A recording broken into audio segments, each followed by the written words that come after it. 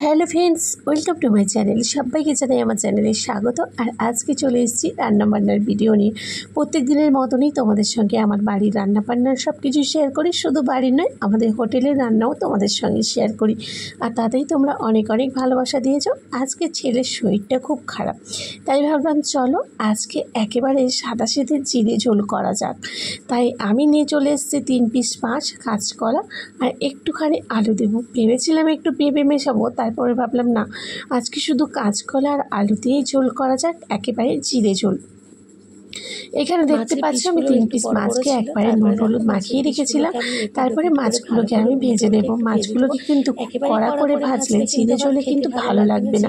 তার জন্য মাছটাকে খুব কম আঁচে ভাজতে হবে এবং একেবারে যেন ভাজা ভাজা না হয়, অল্প ভাজতে হবে। তাহলে কিন্তু জিরে ঝোলে মাছের টেস্টটা কিন্তু আরও আসবে। একবারে কড়া করে ভাজলে কিন্তু মাছটা কড়কড়ে হয়ে গেলে আর জিরে ঝোলে মাছটা ভালো লাগবে না। একে একে মাছগুলো ভাজা হয়ে গেলে এপিট ওপিট করে ওই তেলের মধ্যে আমি কিন্তু আলুগুলোকে ভেজে নেব। এখানে তোমাদের একটা খেয়াল রাখতে হবে, আলুগুলোতে আমি কিন্তু নুন হলুদ মাখাতে ভুলে গেছিলাম, তাই এই তেলের মধ্যেই দিয়ে দিয়েছিলাম। তোমরা আগে থেকে কিন্তু নুন হলুদটা মাখিয়ে রাখবে, না মাখালেও কোনো অসুবিধে নেই, তাহলে আলুর ভেতরে তাড়াতাড়ি করে ঢুকে যাবে লবণটা। তারপরে দেখো এইখানে আমি একটু ঢাকা ঢাকা দিয়ে দিলাম, কারণ ভাজা ভাজা করতে হবে। একটু ভাজা ভাজা হলে কিন্তু যেহেতু জিরে ঝোল তেমন একটা কিছু মশলা পড়বে না, কাঁচা লঙ্কার তরকারি হবে, একটু ভাজা ভাজা যদি আলুগুলো করা থাকে তাহলে কিন্তু তরকারির টেস্টটা আসে। তারপরে দেখো সেই সেম কেস হয়েছে, কাঁচকলাগুলো কেটে আমি আর নুন হলুদ মাখাইনি। তোমরা যদি কাঁচকলা কাটার আগে দুভাগ করে যদি একটু হলুদ জলে ফেলে রাখো তাহলে কালচেটা আসবে না। আমি হলুদ জলে ফেলে রেখেছিলাম বলে আর নুন হলুদ মাখানো হয়নি।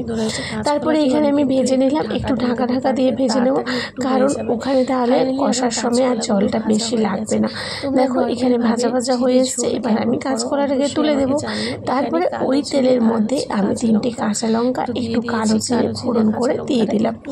কাঁচা লঙ্কাগুলো একটু ভাজা ভাজা হবে, কালারটা একটু চেঞ্জ হবে। আমি দিয়ে দেবো পেঁয়াজ বাটা। আমি এই পেঁয়াজটাকে ঘষে নিয়েছিলাম ঘষা দিয়ে। তোমরা কিন্তু এটা মিক্সিও করে নিতে পারো বা শিলেতে বাটতে পারো বা ঘষেও নিতে পারো, কোনো অসুবিধা নেই। এখানে কিন্তু আমি কোনো রকমের আদা রসুন ব্যবহার করবো না, যেহেতু জিরে ঝোল করছি একেবারে পেঁয়াজ বাটা দিয়েই হবে। তারপরে দেখো পেঁয়াজটা একটু লাল লাল হয়ে আসলে এরকম একটা কালার ছাড়লে তখন কিন্তু টুকরো করা টমেটোগুলো মিশিয়ে দেবে। টমেটোগুলোকে ভালো করে একেবারে নাড়াচাড়া করতে হবে, কারণ টমেটোগুলোকেও পেঁয়াজ বাটার সঙ্গে মিশিয়ে দিতে হবে। এখানে আমি বাটিতে নিয়ে নিচ্ছি জিরে গুঁড়ো আর ধনে গুঁড়ো আর হলুদ। এখানে আমি কোনো রকমেরভাবে শুকনো লঙ্কা ব্যবহার করবো না বা গুঁড়ো লঙ্কার ব্যবহার করবো না। তারপরে এখানে জল করে নিলাম, ওই পেস্টটা সঙ্গে এটা আমি মিশিয়ে দিলাম সুন্দর করে। তারপরে এটাকে একটু আমি নাড়াচাড়া করে কষাতে থাকবো। দেখো কত সুন্দর ফুটে উঠেছে আর টমেটোগুলো কি সুন্দর গলে গেছে।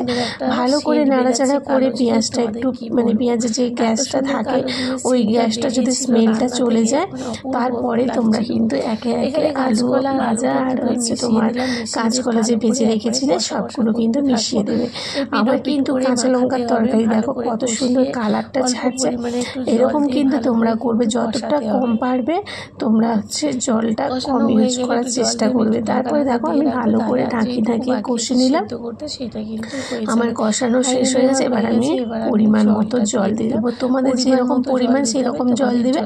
আমি জলটা দিয়ে ভালো করে একটু লবণ দিয়ে দিলাম পরিমাণ মতো, তারপরে একটু ঢাকা দিয়ে দেবো।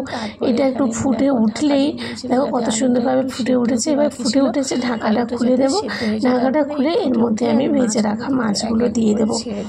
জিরে ঝোল শুনতে হয়তো অনেকেই বলে জিরে ঝোল খেতে চায় না, কিন্তু সত্যি কথা বলতে বন্ধুরা, এরকম যদি জিরে ঝোল রান্না করো তাহলে কিন্তু সবাই চেটে পুটে খাবে আর মাংস কষাকে কিন্তু হার মানিয়ে দেবে। এত সুন্দর জিরে ঝোল খেতে হয়। আমি ঢাকনাটা খোলার পরে একটা কালো জিরে এত সুন্দর স্মেল এসেছিল, তোমাদের কি বলবো। একটু মাখা মাখা গায়ে গায়ে করতে হবে। জিরে ঝোল একেবারে পাতলা করে অনেকটা ঝোল রাখলে কিন্তু ভালো লাগবে না, এমনিতেই পাতলা হবে যেহেতু কোনো মানে মশলা দিইনি। উপর থেকে ধনে পাতা ছড়িয়ে একটু আমি নেড়ে ছেড়ে দিলাম যাতে ধনে পাতাটা পুরো মিশিয়ে যায়। ফাইনালি দেখো আমার একেবারে জিরে ঝোল রেডি হয়ে গেছে। চলো আমি এটাকে কড়াই থেকে নামিয়ে দিই আর ফাইনাল লুকটা তোমাদের একবার দেখিয়ে দিই। এই তো আমার ফাইনাল লুক। চলো উপর থেকে একটু ডেকোরেশন করে দিই ধনে পাতা দিয়ে, সুন্দর করে সাজিয়ে দিলাম। আমার তৈরি হয়ে গেল কাঁচকলা আলু আর মাছ দিয়ে একেবারে সাদা মাঠা জিরে ঝোল। তারপরে দেখো তোমাদের দেখানোর জন্য আমি একটা কাঁচের বোলের মধ্যে নিয়ে নিয়েছি। চলো যার দর্শন এত ভালো তাকে খেতে কেমন হয়েছে একটু টেস্ট করা যাক। আর প্রচণ্ড গরম ছিল, আমি একটু কুঁ দিয়ে নিচ্ছিলাম।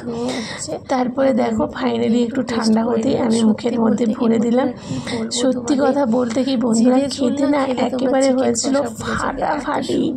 তোমরা কিন্তু বাড়িতে ট্রাই করো আর কমেন্ট করে জানাও যে তোমরা কিভাবে জিরে ঝোল তৈরি করো।